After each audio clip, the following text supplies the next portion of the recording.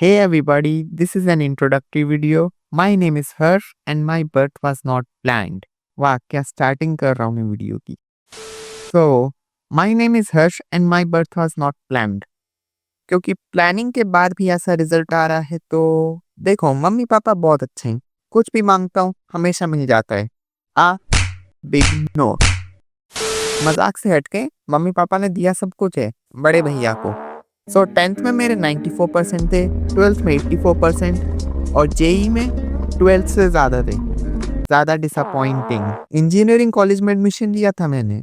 सुबह सुबह 4 बजे उठता था कॉलेज जाने के लिए। पापा कहते थे कि जल्दी कॉलेज जाओ, खूब पढ़ाई करो और प्लेसमेंट लो। मेन की प्लेसमेंट ओ गार्ड वाले भैया के बगल में।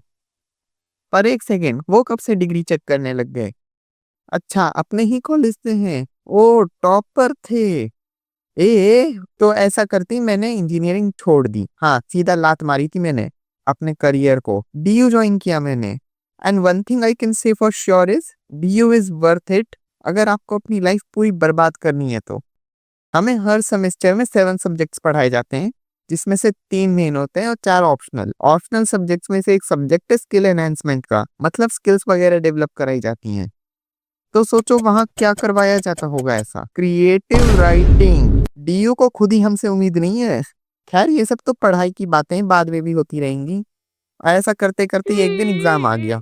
तो मैं ना सेम 3 में था, है ना, तो उसमें एक सब्जेक्ट आता है मैथमेटिकल फिजिक्स का। उसका प्रैक्टिकल एग्जाम था। हमें कोड लिखना था जो मैथ्स प्रॉब्लम दी जाएगी उसके सोल्यूशन के रिगार्डिंग, है ना। प्रैक्टिकल में जाने से पहले मैं मंदिर गया था और भगवान से बोल दिया कि देखो आज का सारा कोड आपको ही लिखना है। अब भगवान को भी उस सब्जेक्ट का इतना खौफ था, सबसे आसान कोड लिखने को आया मुझे।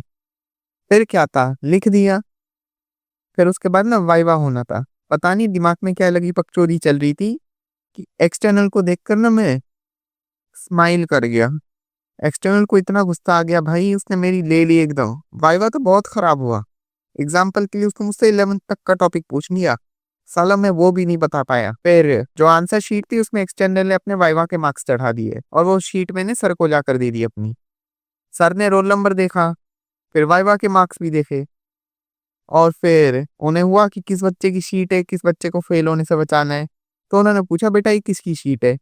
रोल नंबर 52 था उस शीट में और मैं था वाइवा के सदमे में पूरा।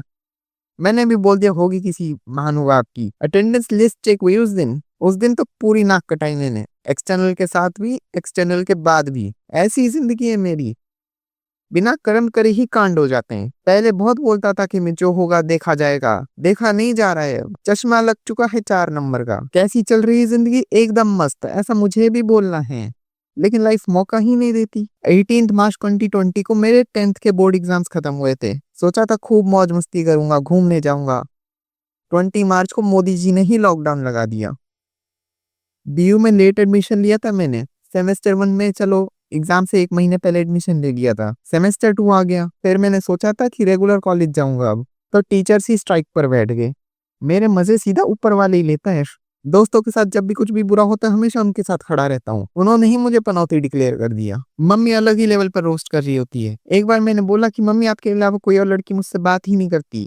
मम्मी बोली बेटा मेरी भी बस मजबूरी है। तैनू बड़ा सताया, मैनू माफ करी मां मेरी, इस जन्म तेरा। एक बार बोला मैंने कि मुझे शादी करनी है। मम्मी बोलने लगी बेटा किसी का बुरा भी नहीं सोचते, घर में कोई इज्जत नहीं है मेरी और शायद होगी भी नहीं कभी। तो थोड़ी सी इज्जत कमाने के लिए और क्योंकि हेल्थ भी खराब हो गई थी फिर मैंने ज्वाइन कर दिया gym. So that's it for today guys. अगर तुम्हें वीडियो में कुछ पसंद आया हो तो लाइक करना, अपना फेवरेट पार्ट कमेंट करना एंड अगर मैं तुम्हें ज्यादा पसंद आ जाए तो तुम इंस्टाग्राम पर फॉलो कर सकते हो, लिंक डिस्क्रिप्शन में होगा। तब तक के लिए बाय।